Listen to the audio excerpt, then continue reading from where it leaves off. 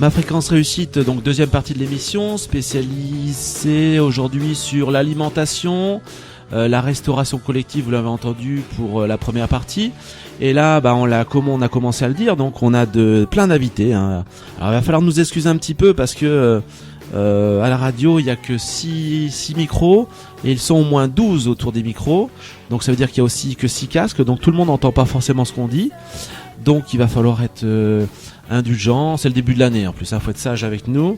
On fait le maximum, mais c'est vrai que techniquement on peut pas tout faire. C'est pas de la faute de la maison familiale, de la radio, mais on est venu plein, mais c'est bien pour la radio, c'est bien pour nous, donc on va faire avec.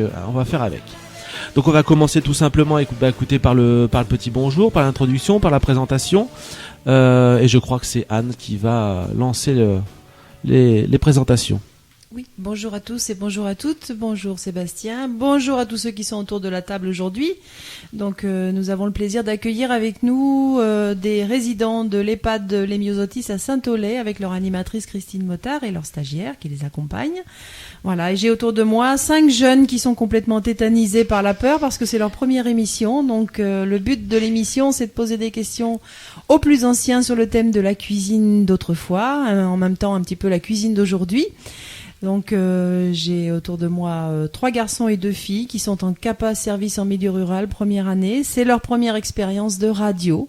Donc le travail d'aujourd'hui va être le fruit du travail de toute la classe du coup parce que l'écriture des questions à poser à nos anciens est aussi le travail de l'ensemble de la classe puisque je ne pouvais pas amener les 35 jeunes. Ils sont un petit peu nombreux. Donc déjà 12 dans le studio, c'est un peu serré. 35, ce serait la folie.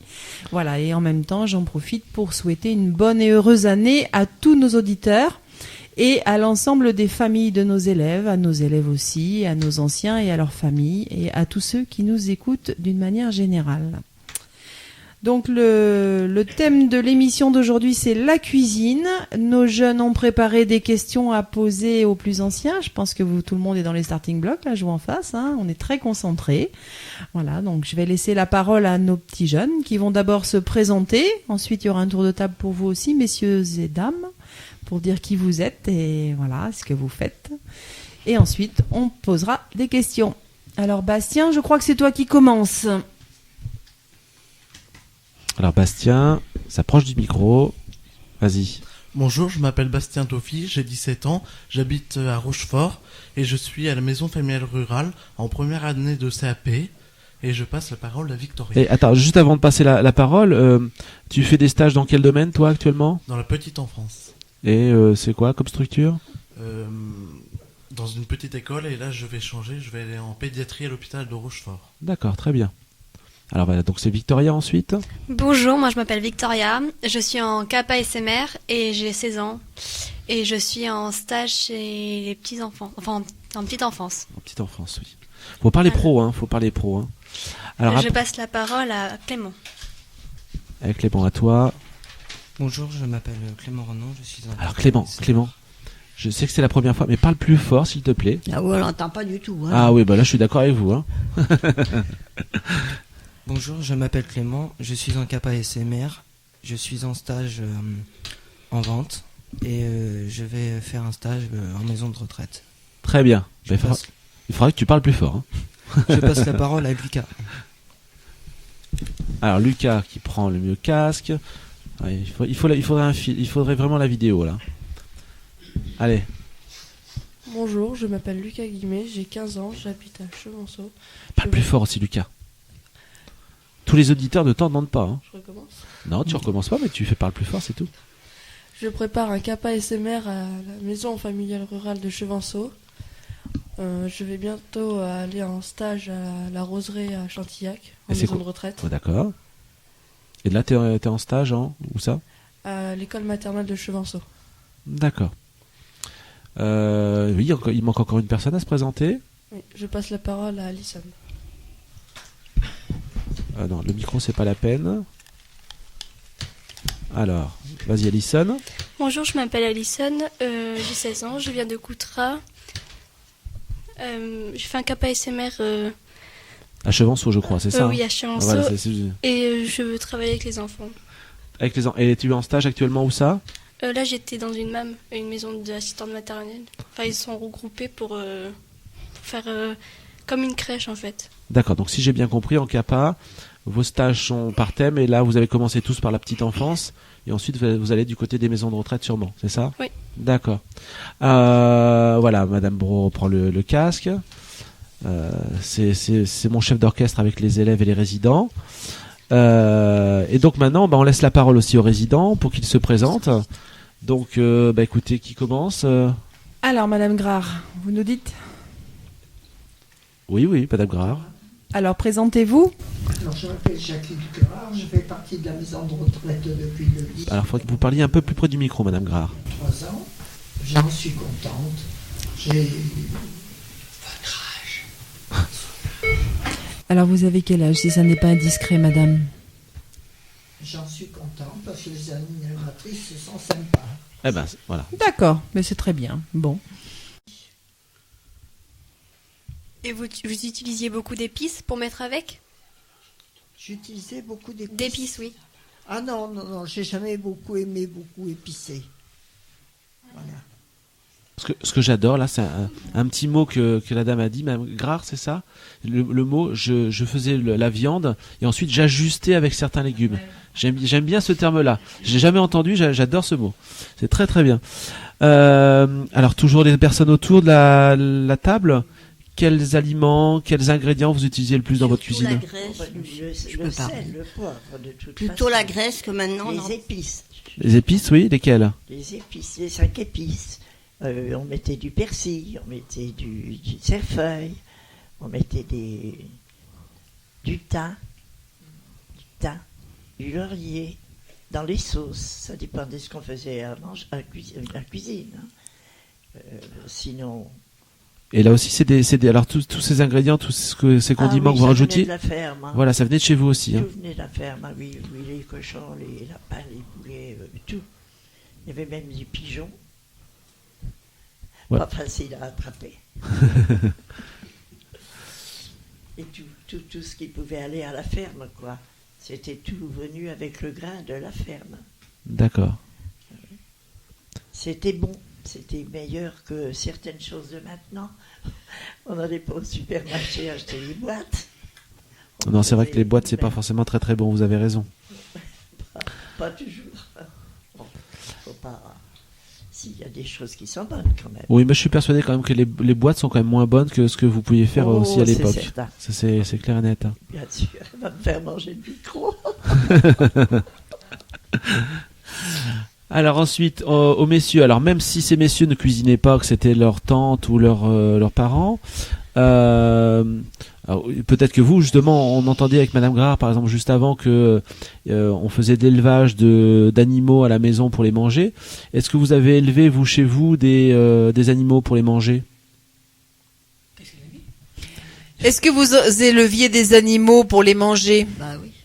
À la ferme où vous travailliez, oui. Qu'est-ce que vous aviez comme élevage d'animaux pour votre consommation? Des velles. Des veaux. Des veaux. Voilà, des petites génisses. Des petites génisses, quoi. Oui. Oui. Et après, vous l'abattiez. Il était abattu où, ce veau? On les donnait à l'abattoir. D'accord. Et vous récupériez la viande? On récupérait la viande. D'accord. Même les cochons, à la rigueur. Oui. Les cochons, on les tuait sur place. Ah. La cuisine du cochon. Les élèves ont préparé des questions sur la cuisine du cochon. On peut commencer maintenant, si vous voulez. Puis, non, on m'a dit quelque chose, alors, je vais vous le dire. Ah. Quelle bêtise va-t-il sortir? Voyons, non? On m'a demandé si je mangeais des topinambours. Oui. J'en ai mangé quand j'étais gosse. Bien sûr. 8 ans. Et je les aime encore. Et vous savez que c'est un plat qui revient à la mode, ça, les topinambours. Mais je les aime encore. Bien sûr. C'est le seul plat que j'aimerais encore. Alors, vous les consommez crus ou cuites? Comme la salade. En vinaigrette, comme des carottes râpées. Oui, pareil. Et on peut les manger cuites. Non, comme ça, coupé en petits morceaux en vinaigrette. Voilà, et on peut les manger aussi cuites en légumes d'accompagnement, comme des salsifis. C'est pas pareil. Mais c'est très bon aussi quand c'est bien préparé. Oui, ça, c'est évidemment, ça, il ne faut pas vous le dire. Vous, hein. Ensuite, le monsieur, alors je ne me rappelle plus de son nom, le monsieur d'à côté. C'est Pierrot. Alors Pierrot, à vous. Vous faisiez de l'élevage, vous? Alors, on a entendu que vous travailliez la terre, vous étiez ouvrier agricole. On élevait des cochons avec le patron. D'accord, les cochons. La volaille aussi, peut-être? Oui, les poulets, les canards, les oies.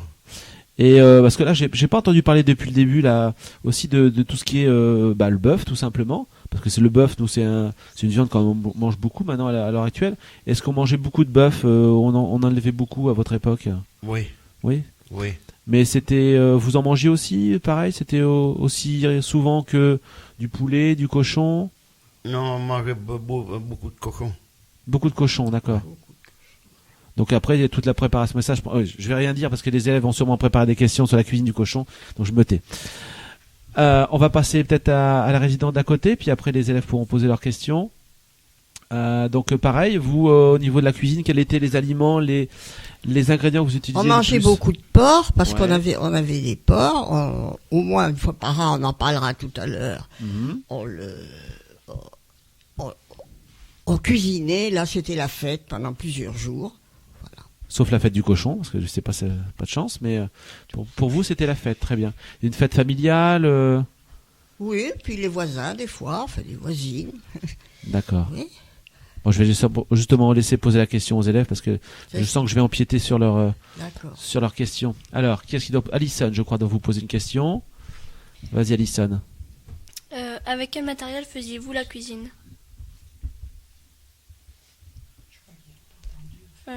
Avec quel matériel faisiez-vous la cuisine? Avec quels ustensiles? Est-ce qu'il y avait du matériel comme on trouve aujourd'hui? Ah non, c'était pas pareil. C'était beaucoup de fonte. Des poêles en fonte, des cocottes en fonte. Et quand on tuait le cochon, justement, on viendra peut-être tout à l'heure, alors c'était les grandes marmites. Voilà. Et sinon, on n'enlevait pas les... Oui, c'était la cuisine sur le bois, ben oui, bien sûr. Donc c'était dans des ustensiles en fonte et en plus cuit sur le bois, sur le feu à bois, c'est ça? Ah, mais on faisait feu beaucoup, de bois, oui. pas au gaz. Avant que les cuisinières arrivent. Oui. C'était le feu à la cheminée.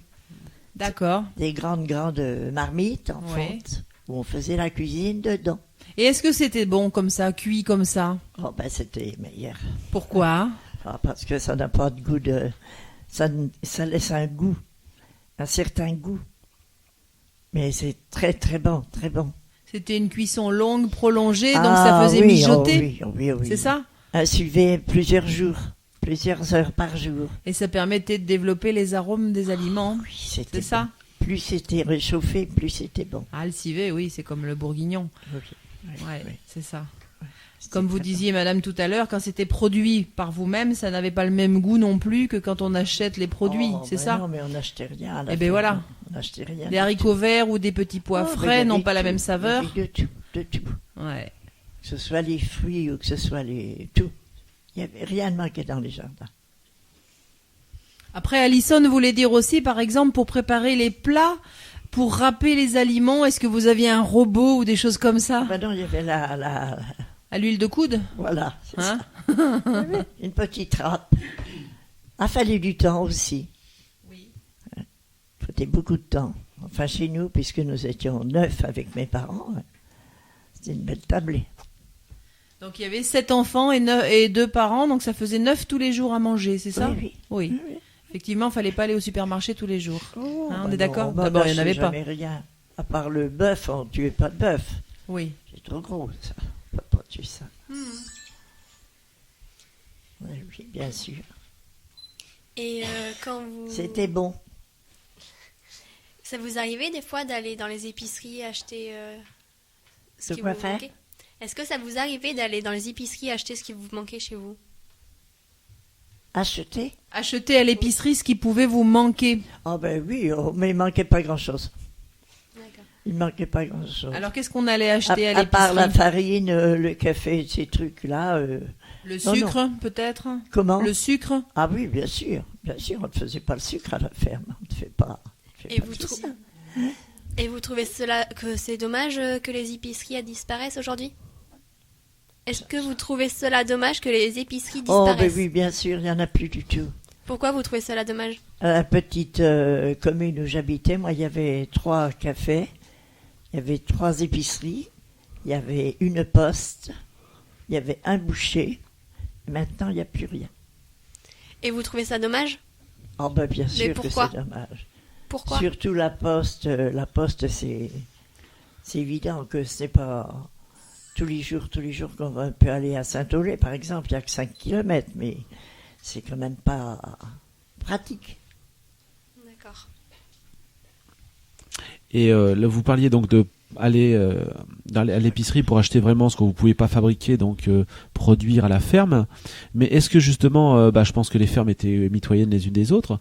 Est-ce que vous faisiez aussi des échanges avec vos voisins? Est-ce que ça se pratiquait ces choses-là? Non, il n'y avait pas de troc un peu? Beaucoup de choses. Il y en avait trop. Mes parents aussi d'ailleurs. Il y avait trop de pommes de terre, trop de melons, trop de choses, des brouettés, ils donnaient, même des tomates. Oh, de tout, on donnait de tout. Et aujourd'hui, qu'est-ce qu'on en fait de tout ça? Eh bien, on le jette. Ah, voilà. Eh oui, parce qu'on n'a pas le droit. On n'a pas le droit de donner des choses. On est pris à la gorge par des réglementations absurdes qui parfois empêchent d'avoir du bon sens, non? Ah oui, ça c'est certain. C'est ce qu'on disait juste avant. Donner aux plus nécessiteux ou aux voisins qui n'avaient pas les mêmes produits. C'est ce que nous faisions, hein. Aux écoles aussi. Vous avez donné aux écoles parfois des aliments? Le Resto du Cœur maintenant. Je m'en occupais d'ailleurs. Et vous pensez quoi des grandes surfaces, des supermarchés? C'est pratique pour ceux qui ont des voitures et qui sont jeunes. Et les personnes âgées, c'est pas commode pour nous. Mais ça vous permet de voir du monde. Oh, oui, ben ça c'est pas le but. Hein. Quand on va faire des commissions, c'est pas le but de bavarder. On est content de rencontrer des gens, bien sûr. Mais ça fait très plaisir. À la petite épicerie aussi où vous étiez, vous pouviez rencontrer du monde aussi. Ah oui, bien sûr. Ça vous permettait de discuter? On se rencontrait surtout le matin, déjà à la boulangerie, le bon pain chaud, les petits croissants. Puis après, on allait à la boucherie. Mais c'était rare, hein. Manger du beefsteak, c'était rare. Oui, à la ferme, ça se faisait pas dans le temps. Oui, les gens n'avaient pas beaucoup d'argent non plus à l'époque. Le bœuf, c'était le repas de fête un peu, non, plutôt? Oui. C'était pour les grandes occasions? Oui, plutôt. C'était pour les repas. Les grands repas de famille. Voilà. Est-ce que vous avez le souvenir d'avoir vu vos parents fabriquer le pain? Non, ma maman n'a jamais travaillé. Non, parce parfois ça se faisait? Oui, ça se faisait, oui. Parfois? Oui. Ça se fait encore. Je connais des gens qui le font tous les matins, leur pain. Oui. Maintenant, est-ce qu'il est aussi bon? Je ne sais pas. Je pense pas. On a des artisans boulangers qui fabriquent du vraiment très bon pain, quoi, je crois. Il faut conserver ça. Ah oui, maintenant. C'est certain. Oui, Georges. Il est pas bon le pain que vous mangez? Si, mais c'est plus pareil que qu'autrefois les boulangers, ils savaient le faire, le pain. Mais maintenant, c'est les jeunes. Alors, ils font plus la même... Il y a des jeunes boulangers qui font du pain excellent. Oui, il y en a, oui. Mais il faut les compter. Ah, ben je sais pas. Vous n'êtes peut-être pas tombé sur le bon, alors. Oui, mais je vais vous dire une chose. Vous avez parlé d'une chose tout à l'heure. C'est vrai que l'huile de coule, il y en manque quelquefois. Hein? Je savais ce que c'était, moi. Hein? Ouais. Maintenant, qu'est-ce que vous voulez faire? Il faut laisser la place aux jeunes. Ah oui. Après, je dirais quand même que je pense qu'il y a quand même pas mal. Le boulanger, c'est un métier. C'était à 3h du matin, quand même. Oui, hein? oui. Mais ça, ils n'ont pas changé. Les boulangers se lèvent toujours à 3h pour qu'on ait notre pain chaud le matin à 7h pour déjeuner. Hein. Après, ça dépend lesquels. Oui, Au oui, Chevanceau, on a des boulangers qui se lèvent très tôt et qui font leur pain la nuit, oui. Il y en a qui se lèvent encore à 3h du matin. Ouais. Mais il faut les compter. Non, on a quand même pas mal d'artisans boulangers qui se lèvent tôt. Nous, on a des élèves qui sont beaucoup, je vois en 4e, 3e, hein, on va changer un peu de classe, mais qui font des stages en boulangerie, en pâtisserie, qui ont des maîtres de stage qui sont quand même très performants aussi. Moi, j'ai fait une visite de stage encore il y a pas longtemps chez une jeune qui va rentrer chez les compagnons. Donc, vous imaginez que c'est quand même quelque chose de très évolué, les compagnons, hein, ça existe toujours. Ces écoles très cotées. Elle va rentrer chez les compagnons au mois de juin. Et je peux vous dire que cet artisan boulanger, par exemple, pâtissier, il est très très bon. Et même d'autres que j'ai visités, ils sont encore très très bons. Après, c'est comme tout, hein. Le problème, c'est qu'il y a toujours des gens qui sont moins bons que d'autres. Mais peut-être que c'est leur pain qui est moins bon et en pâtisserie ils sont meilleurs. Mais bon, et puis malheureusement, il y a aussi la nostalgie. Je pense que on a toujours tendance à dire c'était mieux avant et c'est moins bien maintenant. Voilà, c'est ce que je... Allez, je vous laisse la parole. C'est à Clément. Donc je vais revenir sur la boulangerie. Justement, j'ai fait un an d'apprentissage en boulangerie. Et donc je me levais exactement à 3h du matin. Donc pour préparer le pain, préparer les gâteaux en pâtisserie, le chocolat pour les fêtes, pour Pâques éventuellement. Et voilà. Et donc il faisait du bon pain. Il faisait du très bon pain, très très bon pain. Donc toi, t'as changé d'orientation parce que c'était pas ce qui te plaisait, c'est ça ? Bah oui, voilà, exactement. D'accord. Mais ce qui n'empêche, voilà, c'était des artisans, boulangers, il y en a encore des bons. Heureusement pour nous. Ouais. La France, c'est quand même le pays du pain, quand même, hein ? Et oui. Entre autres. Très bien. On va peut-être se faire une petite pause. Voilà. On va faire une petite pause. Et puis, écoutez, on va passer une petite musique. Et puis, on se retrouve tout de suite après. Allez, à tout de suite.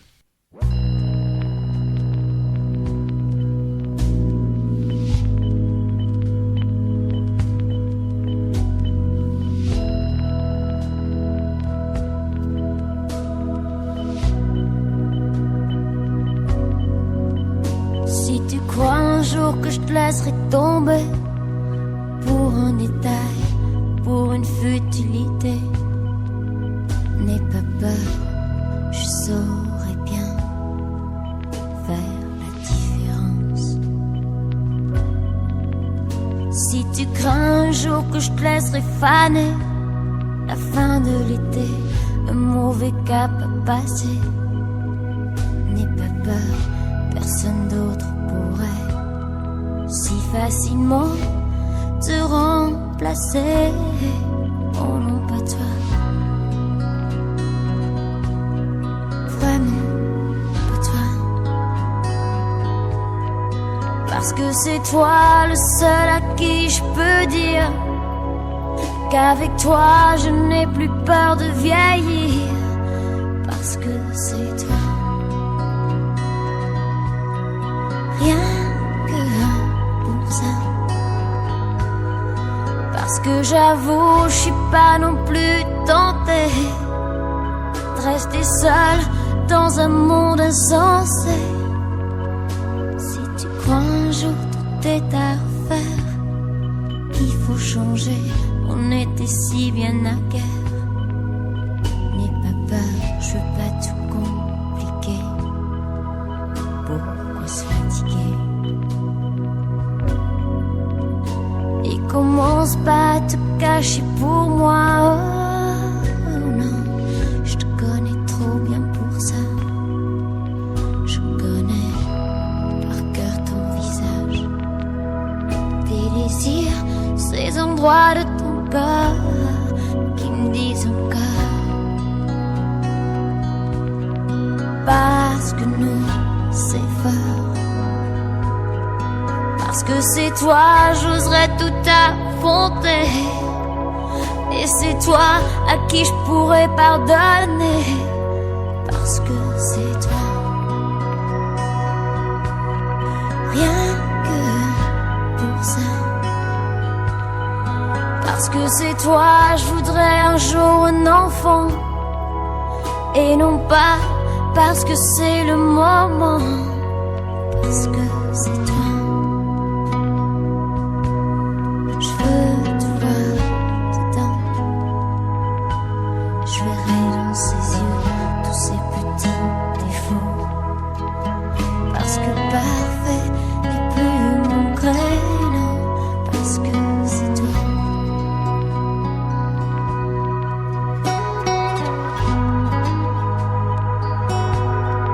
Parce que c'est toi le seul à qui je peux dire qu'avec toi je n'ai plus peur de vieillir.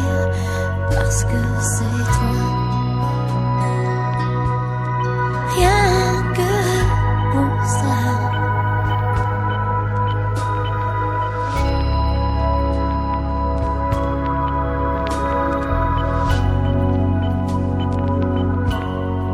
Parce que c'est toi.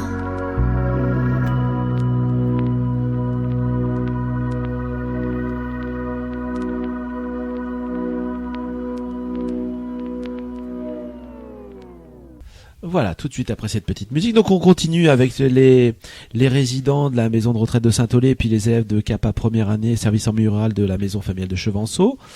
Écoutez, je vous laisse continuer à poser vos questions. J'ai l'impression que c'est Clément qui va poser une question. Ah, bien vu. sûr. Allez, vas-y Clément. Y avait-il une période de l'année où on cuisinait le plus? Est-ce qu'il y a une période dans l'année où on fait plus de cuisine que d'autres? Oui, eh bien l'hiver. N'ayez pas peur du micro. Alors, l'hiver, vous faisiez plus de cuisine. Pourquoi? L'hiver, d'ailleurs, on ramassait les maïs, on vendangeait, et l'hiver, en décembre, janvier, on tuait les cochons. Et donc, peut-être que vous pouvez poser la question sur les cochons aussi en même temps. Donc, sur la cuisine du cochon, oui, dites. Et vous cuisiniez quoi dans le cochon? Comment? Vous cuisiniez quoi dans le cochon? Ah tout. Tout. À part les jambons, on cuisinait tout. D'accord. Et vous en faisiez et quoi? à part le petit salé. Bon, par exemple, les oreilles, les pieds de cochon. Il y avait des côtes aussi. Et vous en faisiez quoi? Des fois des boudins, des saucisses? Ah oui, on faisait des boudins, on faisait des saucisses, on faisait des andouilles, on faisait du petit salé. D'accord. Donc là, dans ce que vous dites, donc ça veut dire que le cochon, c'est un animal qui est très intéressant, parce qu'on ne perd rien dedans. Ah, rien, absolument. Il n'y a aucune perte de rien du tout. Il n'y a pas de perte. D'accord, donc c'est aussi ce qui est plus intéressant. On parlait tout à l'heure de la vache, par exemple, c'est la différence de la vache ou du bœuf. Le cochon, c'est plus facile à élever, c'est plus simple aussi peut-être. Oui, c'est pas plus simple. Non. Pour faire la soupe, on met du pot-au-feu, des légumes, des pommes. Non, c'est pas grave, continuez. La soupe de boudin, comment vous faisiez la soupe de boudin? On est dans la cuisine du cochon là. Ouais. Comment vous faisiez? Allez.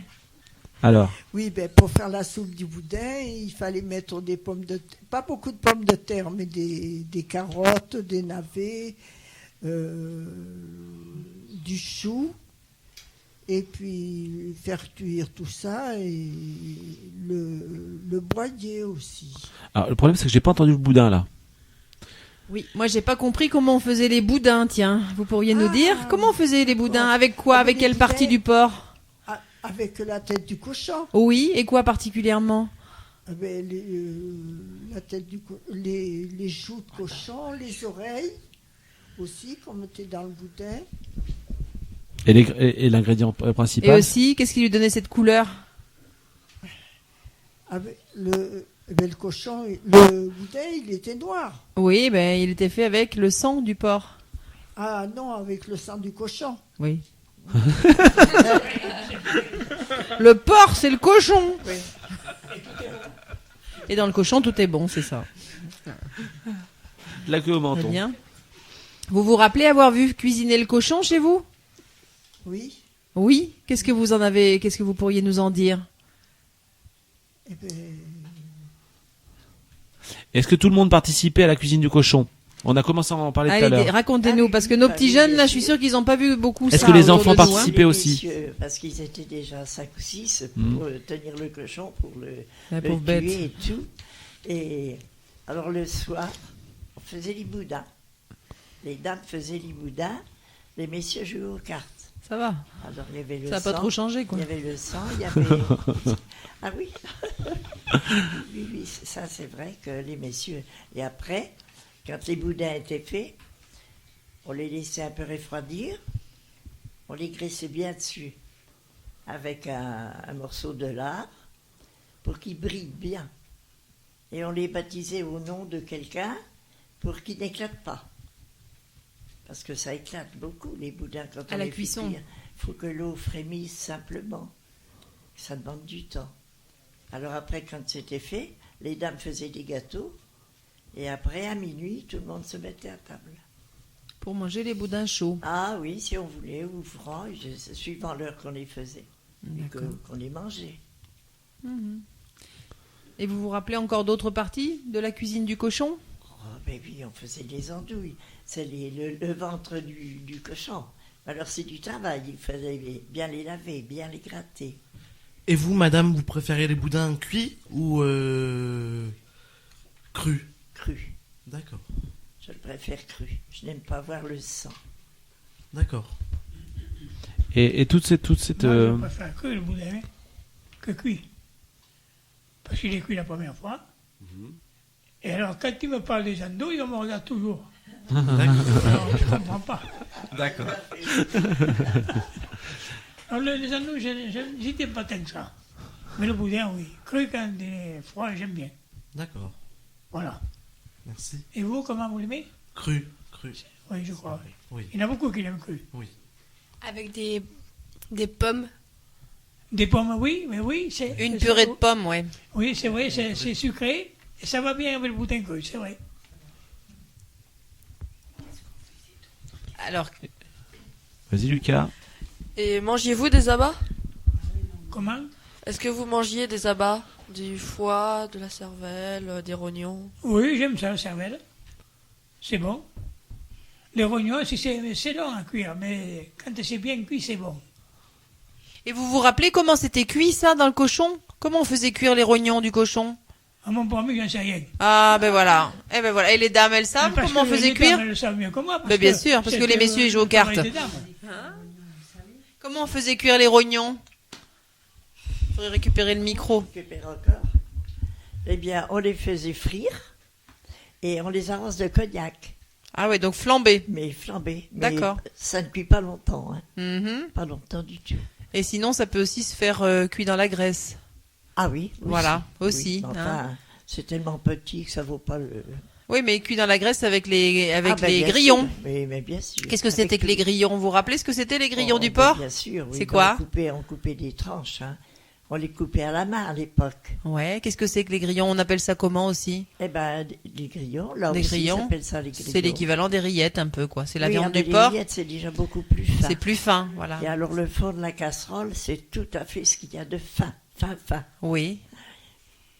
Et alors, avant que ce soit fini, on ajoutait, quand tout était sorti, on ajoutait quand même tout un tas d'épices. On mettait dedans, ce qui le relevait. Et elles étaient comment ces épices là? Vous vous rappelez de la marque?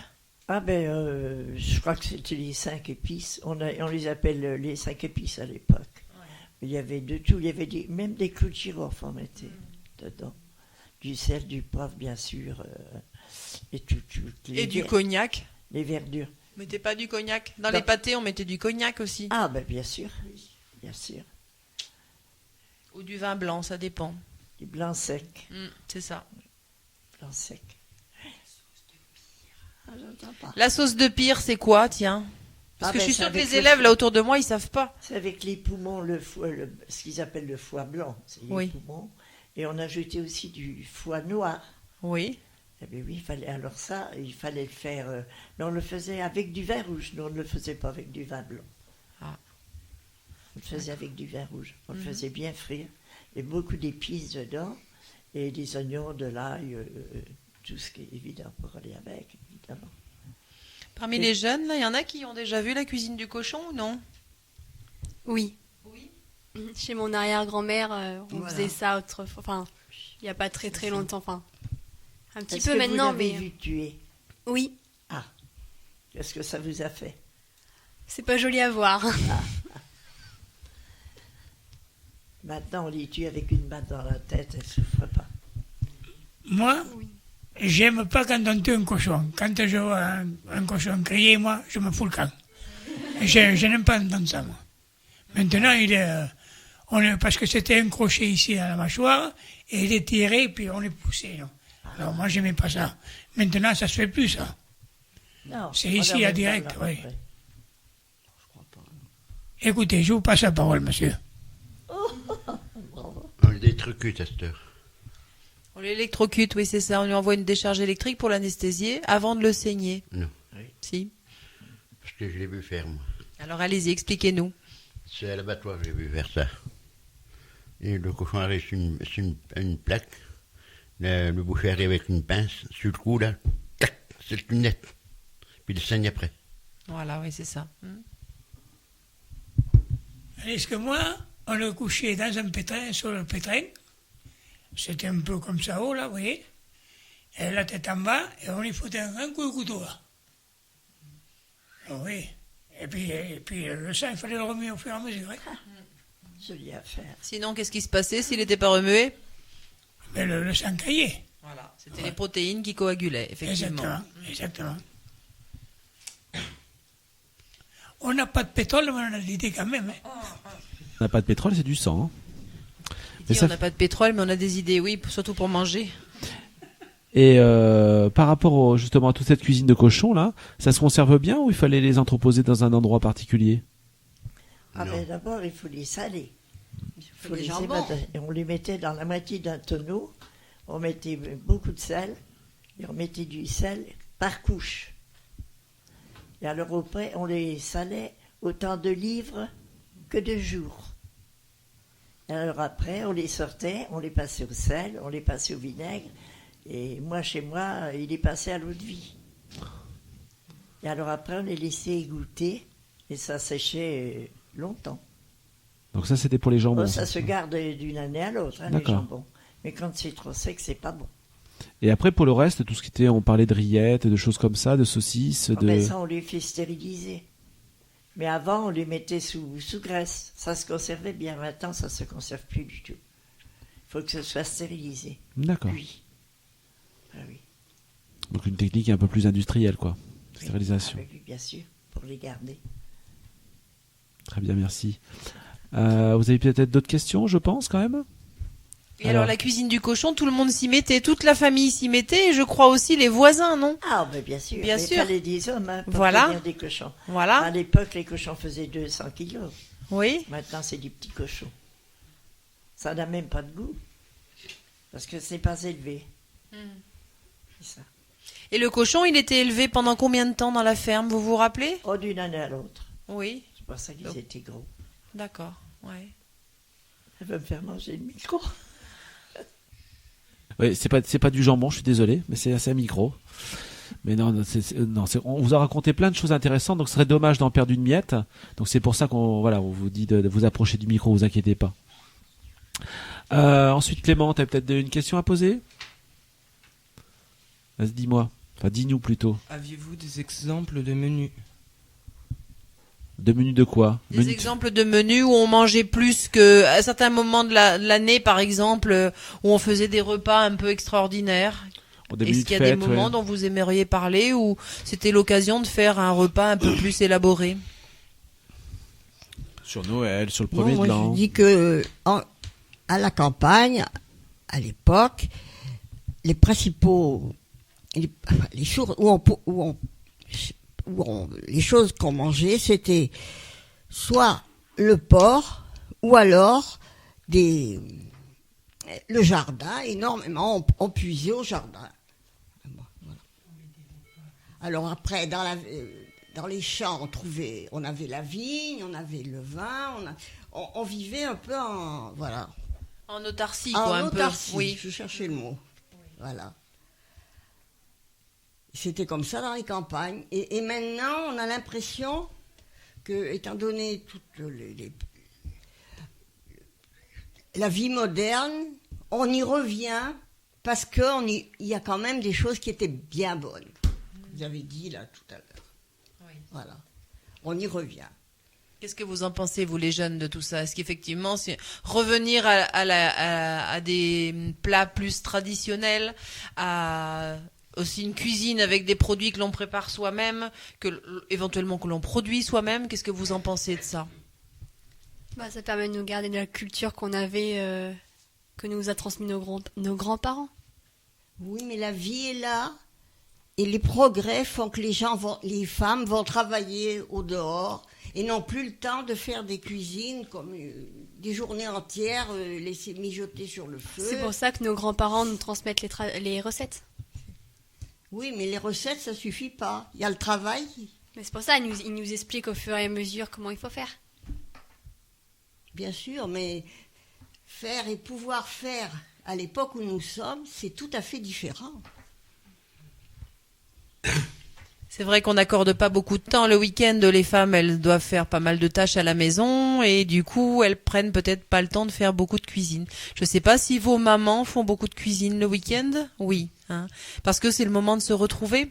Vous voudriez parler un peu des plats que vous aimez bien manger à la maison et des choses que vos parents vous font, vous qui rentrez de l'internat ou vous n'avez pas mangé comme à la maison, par exemple, qu'est-ce que vos parents vous font de bon le week-end? Allez. Bah, c'est souvent des choses traditionnelles, les soupes ou les tartiflettes, lasagnes, enfin les trucs bons quoi. Tartiflette, c'est pas trop traditionnel Poitou-Charentes. Hein. Non, mais après il y a bœuf bourguignon, il y a plein de choses comme ça aussi. Alison. Moi, souvent, enfin, c'est pas trop souvent, c'est surtout le coq au vin, les épinards, beaucoup de pot-au-feu aussi.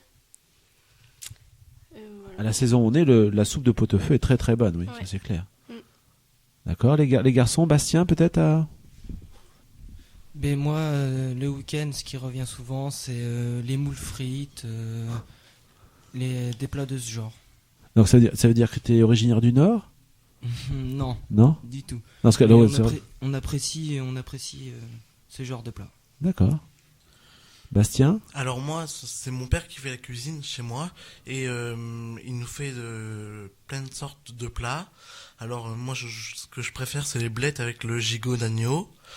Et puis aussi, il nous fait des lasagnes faites maison, beaucoup de choses faites maison et que d'acheter en surface. Moi, je trouve que c'est meilleur quand c'est mon père qui fait. Et puis aussi ma grand-mère. Voilà. Et puis aussi j'aime bien manger tout ce qui est produit chinois. Voilà, c'est tout. Justement, là, une question. Peut-être Anne, tu veux pas? Non. En attendant que Anne prenne le micro, là, on parlait de plats quand même un peu exotiques, plats chinois, plats hamburgers et compagnie. J'aurais posé la question aux résidents. Est-ce que vous avez déjà goûté tout ce qui est plats chinois? On va pas citer de marque, mais en McDonald's quand même. Toutes ces spécialités que des fois que les jeunes aiment bien. Est-ce que vous avez goûté vous? Moi, j'ai goûté une fois à Périgueux. Oui.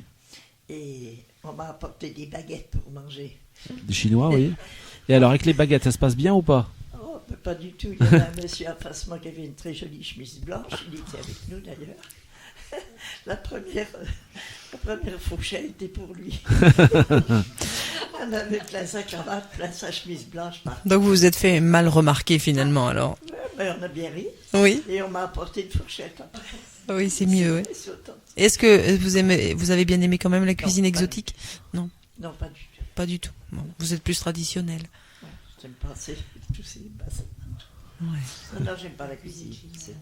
Oui, c'est bon la cuisine chinoise. Vous avez déjà goûté? Vous avez mangé des nems, Oui. du riz cantonais, des choses comme ça? Oui. Vous avez bien aimé? Ouais, c'est bien. Vous êtes plutôt... J'espère qu'on y retournera. D'accord. Bon, ben ça c'est un appel à Christine, hein. Ma foi, vous savez ce qu'il vous reste à faire pour faire plaisir à Pierrot. Oui, j'étais en train de penser que le fait justement des progrès, tout simplement pour les voyages et tout ça, les jeunes voyagent davantage et ils prennent des recettes locales et ça change, ça éloigne de la cuisine qu'on faisait à la campagne il y a un certain nombre d'années. Moi, je trouve que ça remonte au moins à 60 ans. Non, je n'ai jamais mangé, absolument pas. Et chaque pays a souvent des recettes, justement, mais c'est juste ce que je dis, avec les progrès actuels, les jeunes y goûtent et c'est chez eux et on leur en sert dans les restaurants pour faire le commerce mondial et tout ça. Mais nous, à la campagne, on était vraiment vaste. Il faut dire qu'on n'avait pas de voiture, on n'avait pas... Enfin bon, on avait eux, voilà.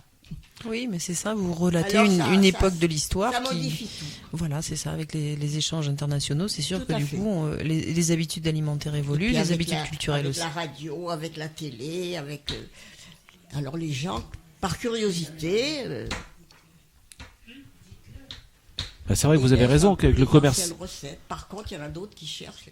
Avec le commerce mondial, vous avez raison, puisque on parlait des supermarchés tout à l'heure, mais dans les supermarchés, maintenant, on trouve aussi des aliments exotiques. On va trouver des fruits et des légumes exotiques, et c'est vrai que maintenant, les gens peuvent cuisiner avec très facilement. On trouve ça quasiment aussi facilement que des tomates ou n'importe quel légume qu'on trouve en France. Il semble que quelqu'un voulait parler. Georges, peut-être? Bonjour monsieur, comment allez-vous? Très bien, et vous? Bonne année. Mais la cuisine chinoise, j'en ai jamais mangé. Parce que vous vouliez pas en manger ou ça? Ce que j'aime bien, moi, c'est la soupe. La soupe, un beau chabot, et puis c'est bon, ça tient l'estomac. Ah oui, c'est pas chinois ça, hein, le chabot. Ah non, c'est pas chinois. Non, ça se saurait. Hein. Quand je mange la soupe, moi, j'ai mangé. D'accord. Mais les Chinois sont très forts en Parce que, soupe. c'est vrai que les jeunes maintenant, ils veulent pas faire la cuisine, ou alors ils vont travailler. Ils arrivent à midi, ils mangent pas de soupe, c'est vite fait le repas, alors ils achètent au marché par exemple, ou alors à Leclerc et tout ça, et puis c'est vite fait. C'est plus la cuisine comme autrefois. Oh, mais on a des jeunes qui cuisinent là à la maison quand même. Hein. Qui veut intervenir? Qui veut dire ce qu'il sait faire à la maison? Bastien, prends le micro. Alors Bastien. Alors moi, souvent, quand il y a des invités, j'aime bien préparer tout ce qui est gâteau en accompagnant avec l'apéro. Je fais des verrines à l'avocat et à la crevette. Puis aussi, je fais des cakes maison, au gruyère, au jambon, à l'œuf, aux champignons. Voilà. C'est tout ce que je prépare. Ce que je sais faire. C'est très bien. Faut commencer par le plus simple. Je te dis de continuer. Et même, même je dirais que... Vraiment, dans ce métier-là, je te dis de continuer. Et il faudrait même... Du courage. Et que la prochaine fois, tu nous amènes des échantillons aussi. À Clément, peut-être, non? Qu'est-ce que tu sais faire, toi, à la maison? Et moi, le plus souvent, des gratins, du chou-fleur, de pâtes, enfin, de tout ça. Et voilà. Je cuisine plus le week-end parce que mes parents travaillent. Et donc, je suis seul avec mes sœurs le week-end. Donc, voilà. Et c'est toi le frère aîné? Oui, je suis le frère aîné. D'accord, ok. Donc, c'est toi le chef de cuisine aussi, en plus. Voilà. D'accord, très bien. Et bon, les filles... Lucas, peut-être aussi des... Toujours pâtisserie, toi? Oui. Donc, oui. À part la tarte aux pommes? Je sais pas, d'autres... D'autres tartes, tout simplement, non? Oui, j'aide aussi pour les entrées. Plus pour ce qui est froid. Le chaud, non, ça marche pas. Bon, bah après, c'est une histoire d'entraînement. Tu es jeune, tu as encore tout le temps pour t'améliorer. Hein. Très bien. Vous aviez peut-être d'autres questions à poser? Il me semble, j'en ai vu quelques-unes d'autres. On parlait des vendanges, parce qu'on a parlé sur les fêtes, là, les fêtes de la cuisine du cochon. Excusez-moi, je suis un petit peu distrait par le téléphone. Et les vendanges, qu'on a parlé du vin, on a parlé de pinot, on a parlé de cognac. Les vendanges, même la distillation aussi, ça se passait comment à votre époque? Comment vous viviez ça? Les vendanges. Ah ben les vendanges, c'était une grande fête le soir.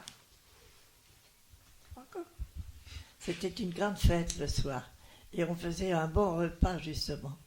Et beaucoup de pâtisseries. J'avais une grand-mère qui avait 103 ans et qui faisait de la pâtisserie maison. Comment elle faisait, je ne sais pas, parce que moi j'étais trop petite, bien sûr. Mais alors le soir, eh bien, c'était la grande Java. Les messieurs faisaient la belote, les dames faisaient encore des gâteaux. Et après, c'était toujours un bon gueuleton. On goûtait aussi le vin brut, le vin blanc qui coule juste tout de suite. Et alors, il fallait faire attention parce que c'est dangereux. Il y a beaucoup d'alcool dedans.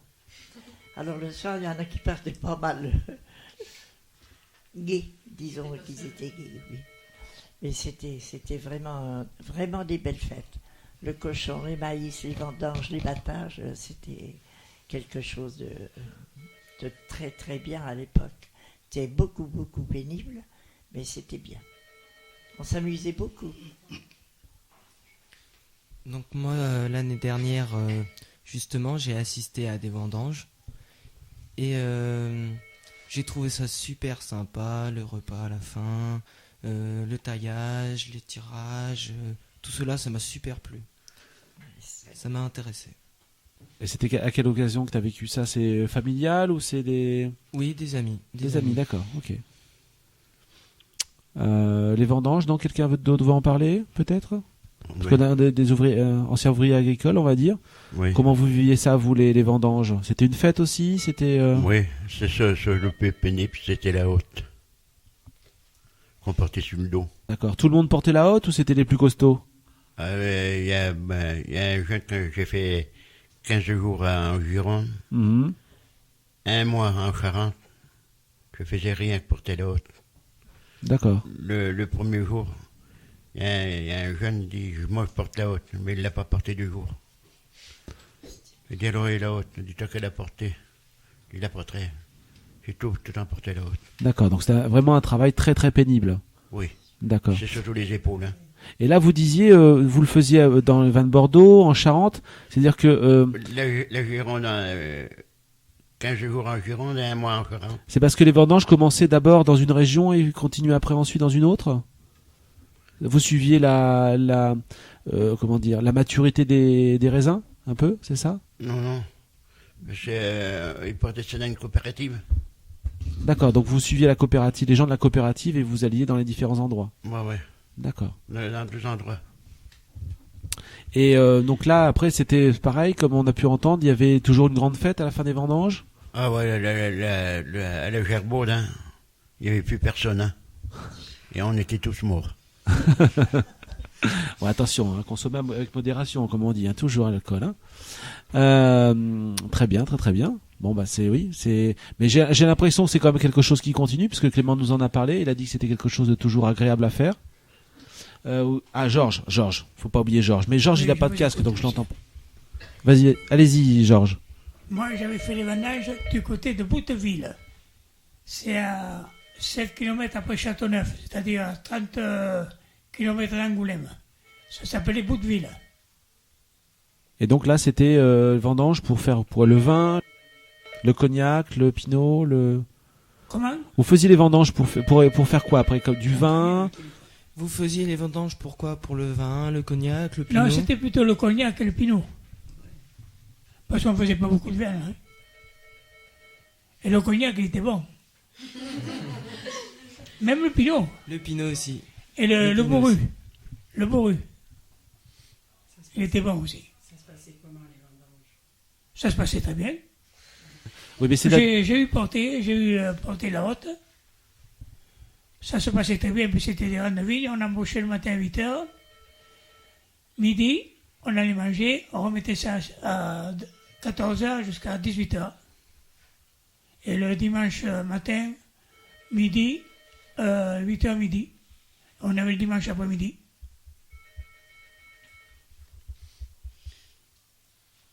C'était ça.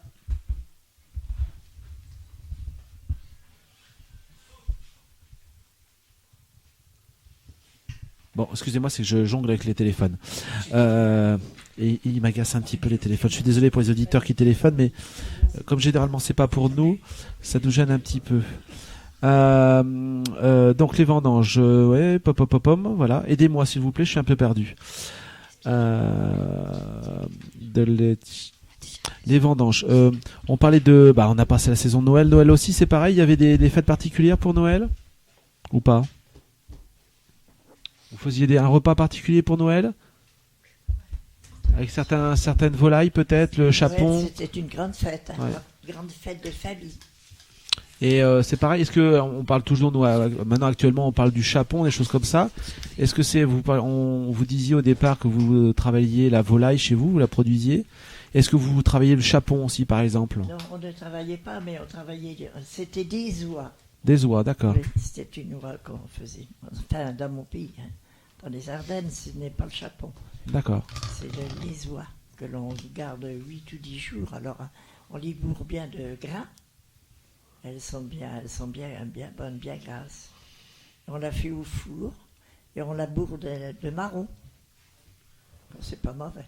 Ça va, oui. Non, c'est pas mauvais, c'est sûr.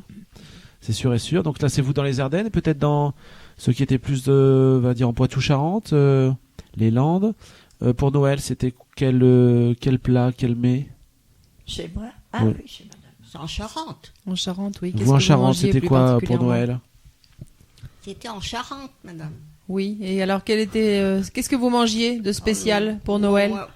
Non, j'étais trop jeune, je m'en rappelle pas. Mais après, quand vous étiez adulte? C'est moi qui le faisais, quoi. Mais... Et quand vous étiez adulte? Pardon? Et quand vous étiez adulte, vous mangiez quoi pour Noël, les traditions? Une dinde, des choses classiques. Non.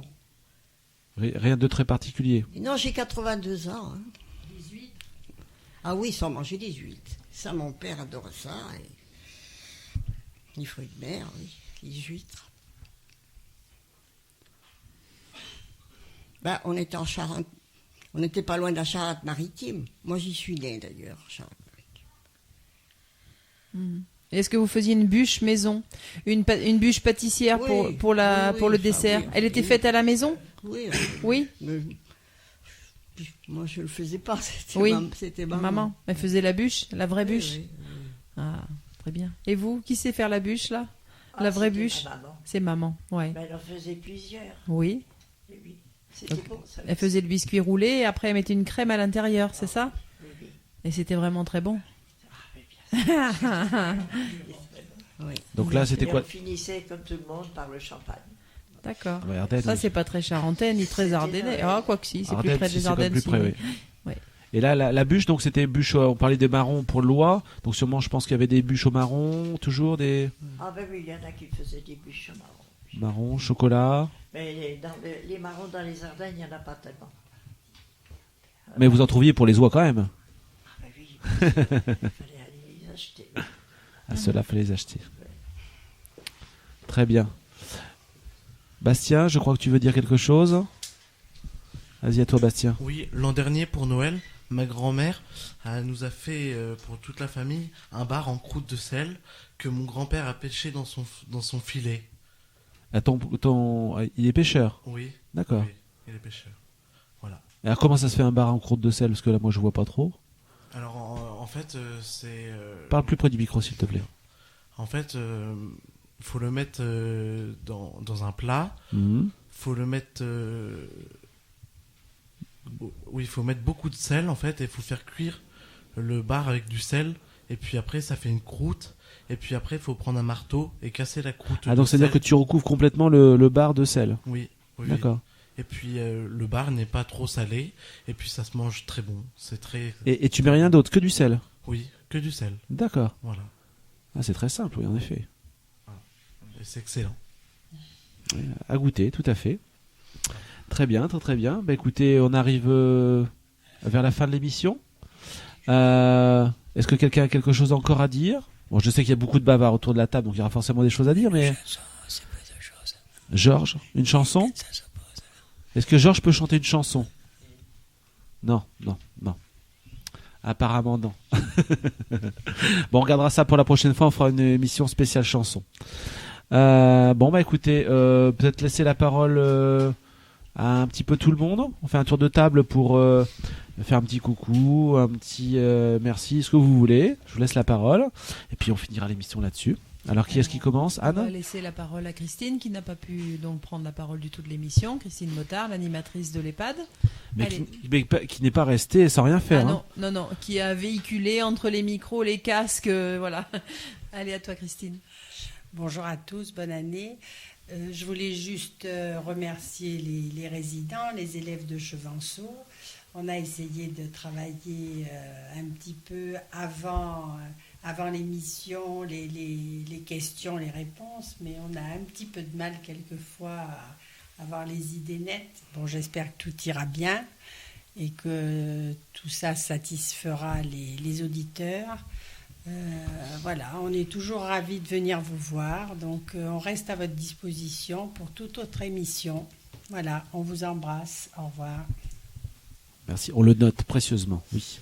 Avant de passer la parole aux élèves et aux résidents, donc je voulais remercier RCM pour la confiance qu'ils nous témoignent à chaque fois. On vient donc toujours ici en en toute confiance. On nous confie le matériel, le studio. C'est toujours très agréable de venir ici enregistrer ou faire des émissions en direct. Voilà, merci beaucoup. Ensuite, je voulais remercier Sébastien pour sa disponibilité et puis sa qualité aussi d'animateur, parce que c'était pas toujours facile de rebondir. On a beau préparer des choses, mais c'est vrai que y a toujours un peu d'inédit, faut bien le dire. Donc merci Pascal d'avoir fait le détour aussi pour avoir consacré du temps et puis parler de ce que tu travailles et de ce que tu vis tous les jours. C'est plutôt sympa de pouvoir travailler comme ça. Je voulais remercier donc les résidents de Saint-Aulay. Merci d'avoir passé du temps avec nous. Merci d'être venus parce que voilà, c'est toujours très agréable de vous rencontrer et vous jouez toujours à fond le jeu. Ça, c'est super. Merci. Et puis un dernier coucou à tous mes élèves. Donc il y en a 5 autour de moi, mais il y a tous les autres qui sont restés à Chevanceau parce qu'on n'a pas pu les emmener. Et voilà, merci en tout cas à tous ces jeunes qui font toujours confiance à leurs formateurs, donc ça je trouve que c'est super parce qu'on les embarque toujours dans des trucs pas possibles, ils savent jamais trop vraiment ce qui les attend, mais ça fait rien, ils sont partie prenante, donc tant pour les écritures que pour après la partie orale, et moi je suis très fière de ma classe. Voilà. Merci Anne. Alors aux élèves peut-être Victoria, non, t'as un casque, c'est à toi de parler, attends. Moi je remercie les résidents, je remercie Madame Brault de nous avoir amenés, de nous faire confiance. Et je dis merci à toute ma classe d'avoir participé à faire les questions. Et je suis ravie d'être là avec tout le monde. Et voilà, je passe le bonjour à toute ma famille et à tous ceux qui nous écoutent. Voilà. Merci, et Victoria. bonne année à tous. Allez, Alison, à toi. Je remercie tous les résidents, bien sûr. Madame Brault surtout, voilà, et aussi le cuisinier et Monsieur Genot, mes camarades qui sont avec moi aussi et toute ma classe qui nous ont aidés jusqu'au bout. Et je fais des gros bisous à ma famille et à tous ceux qui nous écoutent. Et bonne année à tous. Merci Alison. Allez, Bastien, à toi. Oui, donc merci beaucoup à tout le monde, aux résidents, aux personnes qui sont venues à la radio, qui nous ont emmenés à la radio, et puis aussi merci à mes camarades de classe qui ont formulé le questionnaire avec nous, et puis je veux faire un bisou à toute ma famille et mes amis, et puis je vous souhaite une bonne année. Merci. Merci Bastien. Lucas. Moi je veux remercier tous les résidents qui sont venus. Leur aide, mes camarades, Madame Brault, Pascal, Monsieur Genot, et aussi aux auditeurs. Merci Lucas. Allez Clément.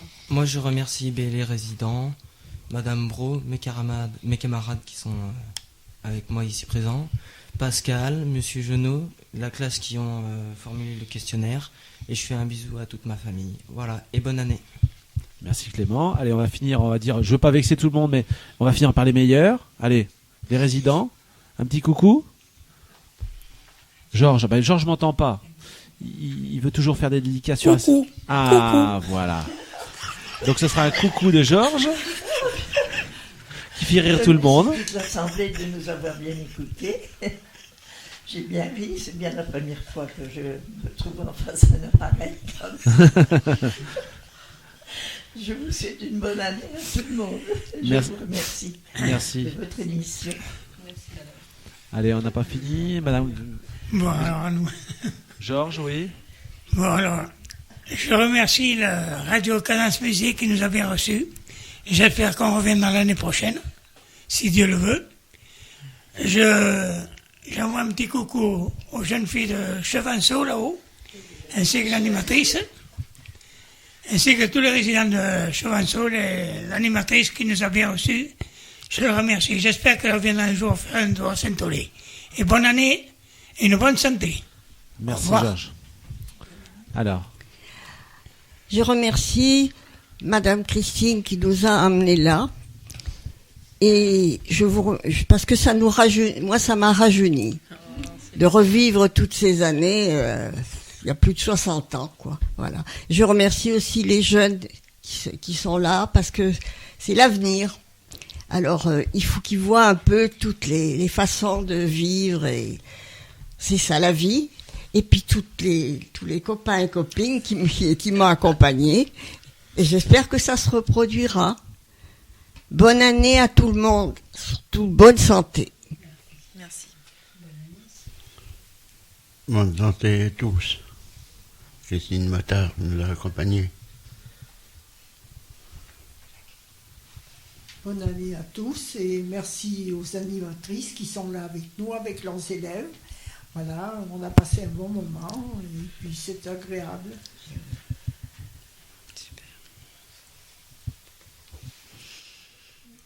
Alors à bientôt et bonne année à tous. Très bien. Merci à tous d'être venus. Merci pour l'émission, c'est très très sympa. Jeunes et moins jeunes. Donc oui, on va se retrouver tous l'année prochaine, j'espère. Oui, les micros sont branchés, mais c'est pas grave. C'était le direct. Voilà, je suis tout seul maintenant. Donc merci beaucoup. Toujours bonne année. Et puis à bientôt. Donc dans un mois de février pour la prochaine émission. Merci à tous. Bon mois de janvier. Puis à bientôt. Au revoir.